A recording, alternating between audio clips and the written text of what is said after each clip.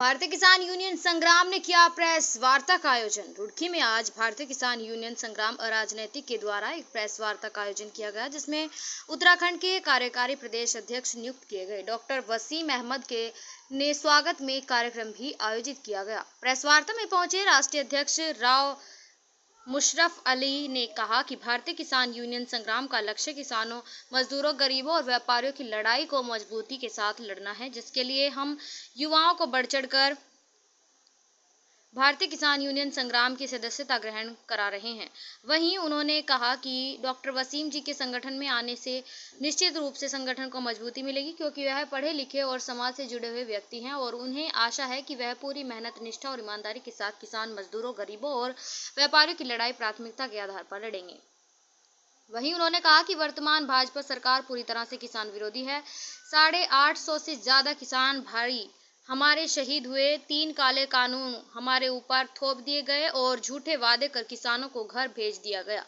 MSP पर guarantee कानून सरकार के द्वारा अभी तक नहीं बनाया गया और जिस तरह से भाजपा के द्वारा 400 पार का नारा दिया गया और मौजूदा हालात से लगता है कि 100 पार भी बीजेपी नहीं कर पाएगी और इन लोकसभा चुनाव में बीजेपी की बहुत बड़ी हार होने वाली। भारतीय किसान यूनियन संग्राम राजनीतिक में आज मुझे राष्ट्रीय अध्यक्ष जी ने उत्तराखंड प्रदेश का कार्यकारी प्रदेश अध्यक्ष के पद पर नियुक्त किया है और जो मुझे जिम्मेदारी मिली गई है प्रदेश की, मैं उसको प्रदेश स्तर पर तन मन धन के साथ काम करूंगा। किसानों और गरीबों के जो भी मुद्दे होंगे हमारे यहाँ पर, क्योंकि मैं भी एक किसान परिवार से हूँ, मेरी दादा परदादा किसान हैं, तो भली भांति जानते हैं किसानों के क्या मुद्दे हैं।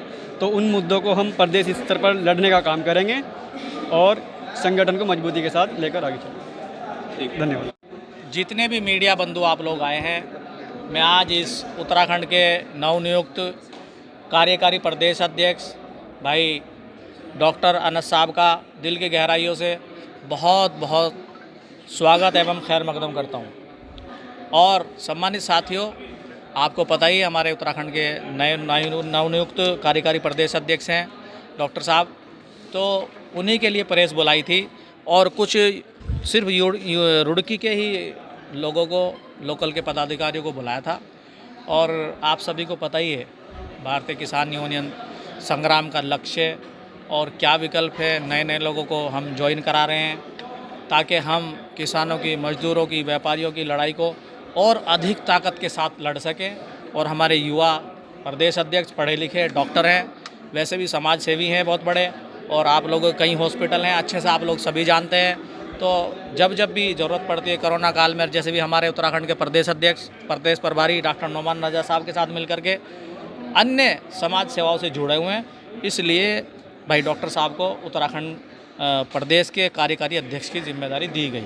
अध्यक्ष जी, जिस तरह भी हाल ही में लोकसभा चुनाव को देखो, ये बड़ा जटिल मुद्दा, मैं सब पहले ही मना किया था, लेकिन फिर भी चूँकि हमारे उत्तराखंड में चुनाव संपन्न हो चुके हैं, आप इस देश के चौथा स्तंभ हैं और किसानों से जुड़े जो भी संगठन हैं, जो भी मौजूदा सरकार देश में चल रही है, क्या हालात पैदा करे।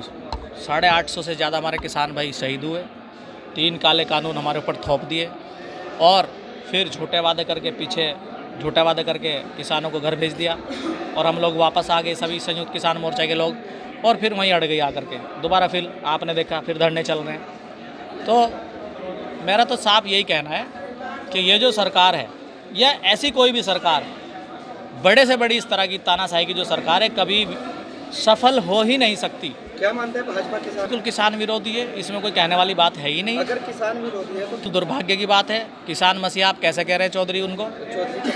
गलती चौधरी चरण से वो बीजेपी के इशारे पे काम कर रहे हो और हो सकता है षड्यंत्रकारी बन के उन किसान यूनियनों के बीच में और छुपे हुए हुए, ऐसा भी तो हो सकता है। ऐसे बहुत सारे लोग थे। काले कानून भी वापस हुए, किसानों की बात मानी गई भाजपा सरकार। लेकिन एक बहुत बड़ा मुद्दा हमारा जो एमएसपी गारंटी का मुद्दा है, अभी वो पूरा नहीं हुआ है, बहुत सारे मुकदमे पेंडिंग है, बहुत सारी समस्याएं हैं। हमारे किसान भाइयों की शहादत का मुद्दा है, जगह जगह हमारे किसान भाई आत्महत्या कर रहे हैं। महाराष्ट्र में आत्महत्या का बहुत बड़ा मुद्दा है और एमएसपी गारंटी का बहुत सबसे बड़ा मुद्दा है।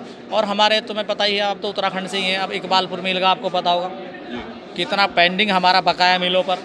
क्यों भाई, आप अगर आप सभी लोग बाहर बाज़ार में कोई भी सामान लेने के लिए, राणा जी में तमाम लोग, आप भी जाओ, तो पहले पैसा दोगे फिर सामान खरीदोगे, लेकिन नहीं हो पाया है कि कुछ पॉलिटिकल लोग बीच में घुसे थे और उनको किसानों के उन्होंने नाम पे राजनीति राजनीति हुई है, 100% हुई है। और मैं एक विधायक का नाम नहीं लेना चाहता हूँ, मेरा इशारा आप समझ गए होंगे कि वो एग्रीमेंट करा करके लेकर के आए थे। मैं उनसे आज आपके माध्यम से पूछना चाहता हूँ कि भाई कहाँ है वो वादा, वो खोखला वादा कहाँ है आज? तो ये सब चुनावी स्टंट है। ये लड़ाई जितनी भी भारतीय किसान यूनियन है, संयुक्त मोर्चा है, हम ही लड़ेंगे, हम ही ने लड़ा था और आगे भी लड़ेंगे। अभी एक कैसे लड़ोगे? भारतीय किसान यूनियन संग्राम का पता हो, हमने पिछले साल प्रेस की थी, सारे साथी मौजूद खड़े हैं और प्रेस करके यहाँ से कृषि मंत्री से, भारत सरकार से, नरेंद्र तोमर जी से मिलने में स्वयं गया था। 1 साल हो गया, इस बीच कितने मुद्दे किसानों के समाधान, कितनी समस्याओं का? बहुत सारी समस्याओं का समाधान करा है। बिजली पानी के मुद्दों को लेकर के भाग्य संग्राम, रोज़ हम लड़ाई लड़ते हैं, रात दिन लड़ते हैं। लेकिन फिर ये जो सरकार है, चूँकि डबल इंजन की सरकार इसको आप लोग बोलते हैं, सभी बोलते हैं, फिर बिजली की दरें बढ़ा दी। क्या मानते हैं भाई आपने देखो तमाम जाति बिरादरी के लोगों का आपने धरने प्रदर्शन देख लिए होंगे, ठाकुर समाज का आपने देखा होगा। 400 पार के तागे 400 पार मुझे नहीं लगता 100 पार कर पाएगी भाजपा इस हिसाब से। तो जैसे हालात चल रहे, हम भी पूरे देश में घूम रहे हैं, हमारा संगठन पूरे देश में काम कर रहा है और भारतीय जनता पार्टी का जाना हमारे हिसाब से तय लग रहा है।